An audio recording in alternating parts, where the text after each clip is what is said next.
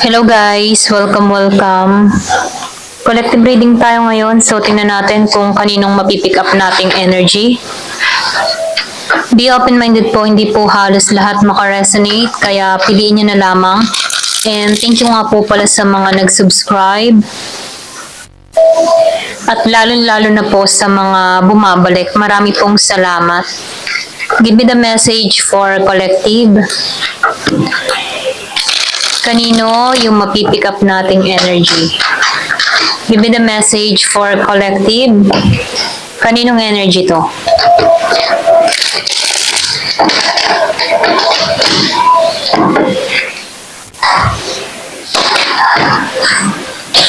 Excuse me po.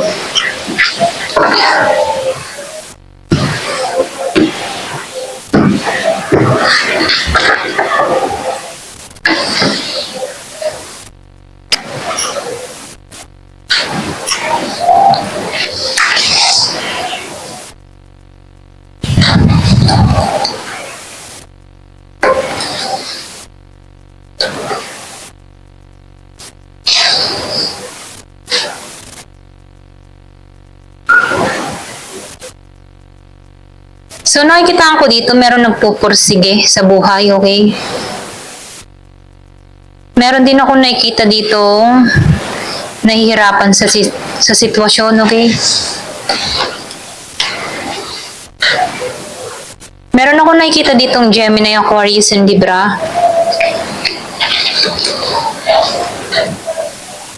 So, nakikita ko rin dito merong Virgo, Capricorn, Taurus.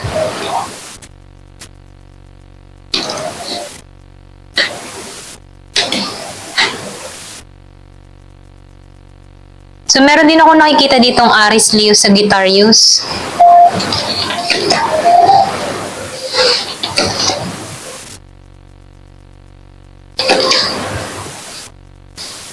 Meron ako nakikita dito na Scorpio, Cancer, and Pisces. So, ito rin yung nakikita ko, no? Malakas yung Libra.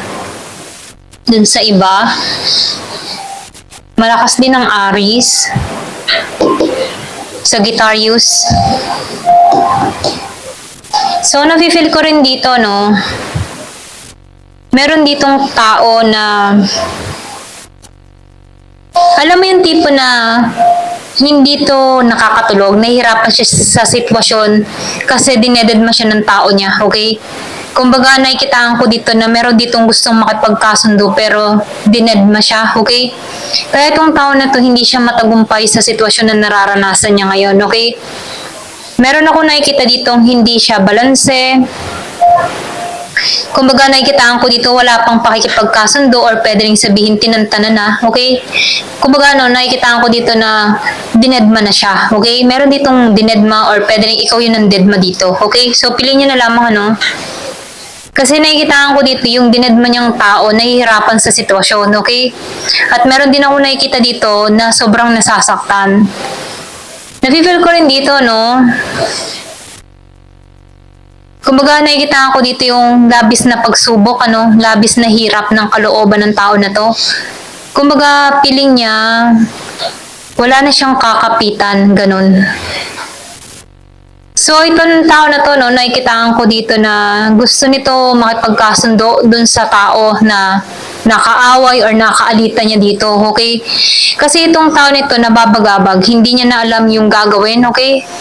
Madalas tong hindi makatulog. Kumbaga, yung kalooban ng tao nito, yung emotion niya dito, bagabag, okay? Hindi siya payapa.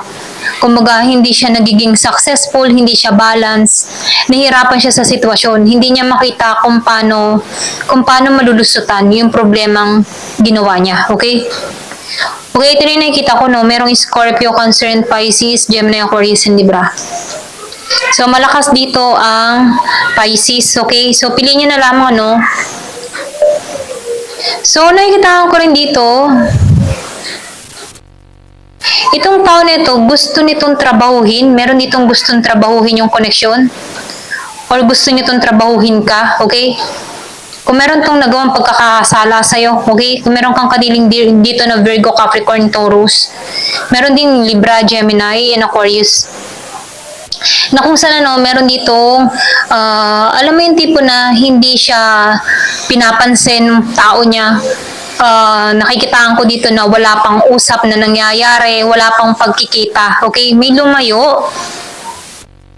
Pero ganun pa man nakikitaan ko dito kaya to lumayo para ayusin yung sarili niya, okay? Kasi meron siyang mga nagawang pagkakamali dito, okay? Or pwede sabihin inaayos niya yung sarili niya para sa ikabubuti niya, okay? Kasi nakikitaan ko dito na hindi naging maayos, hindi naging matagumpay yung usapan, nawala yung komunikasyon. Na kung saan itong tao na ito, nakikitaan ko dito na hinahanap niya yung kapayapaan niya para sa ikabubuti niya, okay? So piliin niyo na lamang nakita ko yung 555.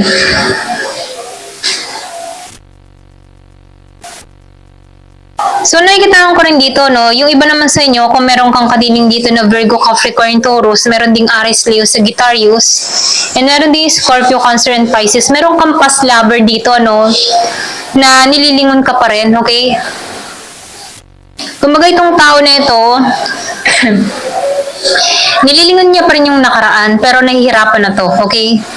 Kumbaga, nakikitaan ko rin dito, meron ditong defensive, or pwede rin sabihin ikaw, mataas ang depensa mo sa tao na to, grounded ka, iniingatan mo yung sarili mo.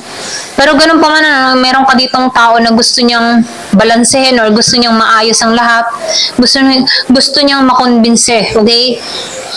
Gusto ko niyang makumbinsi dito. Ito rin nakikita ko, yung iba sa inyo, ex mo to, past lover, or pwede rin sabihin na dating karelasyon, okay? So, nakikitaan ko dito na pagdating sa'yo, juggling tong tao na to, okay?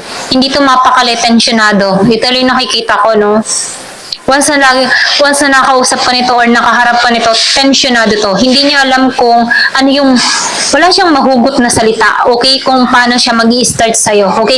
Pero ganun pa man, gusto ng tao nito na makumbinsi ka or ang gusto nito na makuha muli yung kalooban mo, okay? Pero nakikitaan ko dito na ayaw niya na ng away, okay? Mahirap yun para sa kanya. Pero ganun pa man, nakikitaan ka ng tao nito na sugutan sa ginawa niya, okay? Kung bakit grounded ka, okay? Kumbaga ito yung tinatanim mo sa isipan mo, yung galit mo dito sa tao nito. Kaya itong tao nito, once na pagdating sa'yo, juggling to, okay? Hindi niya alam kung paano kakaharapin, okay? Pero gusto kanyang ayusin, or pwede rin sabihin, gusto niyang ayusin yung connection, gusto niyang ikaw makausap, gusto kanyang suyuin, mga ganun, or pwede rin gusto kanyang ligawan muli. Or kung ikaw naman yung lalaki dito, meron ka ditong tao na gusto mong kausapin, pero kung halimbawa yung babae ang may atraso sa'yo, ikaw yung may pag-iwas na ginagawa dito, okay? So, nakikita ko rin dito, malakas dito yung Virgo, Capricorn, and may Taurus din, okay? So, meron ditong Sagittarius, meron ditong nagiging maayos, nagiging matagumpay, okay? Kumbaga, yung tagumpay na nakakamit ng tao nito, dahil yun sa pambabaliwala sa kanya, okay? Meron ditong pinagkaitan, pinagdamutan, na kung saan dito siya kumuha ng lakas para umunlad, okay? So, meron dito nagiging maayos, matagumpay yung pamumuhay, okay? Meron dito mga tao na sumusuporta sa kanya, na kung saan nililift up siya ng mga tao sa paligid niya. Pwedeng kapamilya, okay? Pwedeng magulang, kapatid, Meron ditong tao na sumuporta sa tao na to, okay?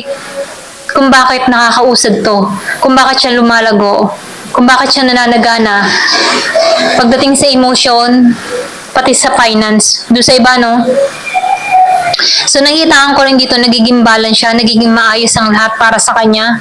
Pumapabor sa kanya dito yung mga sitwasyon, okay, na hindi niya akalain na mangyayari pa to, okay? So, nakikitaan ko dito yung pagbangon ng tao na to, okay? Kumbaga, nakikitaan ko dito na pinagkaitan to, pinagdamutan. Kaya itong tao na ito, hindi niya masikmura na pinagdamutan siya. Kaya nagsusumikap tong tao na to, okay? Meron ditong Virgo, Capricorn, Taurus. So, nakikitaan ko rin dito na inaayos niya yung sarili niya, binabalanse niya yung sitwasyon niya, okay?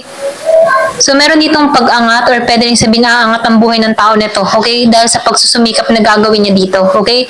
Ito lang nakikita ko.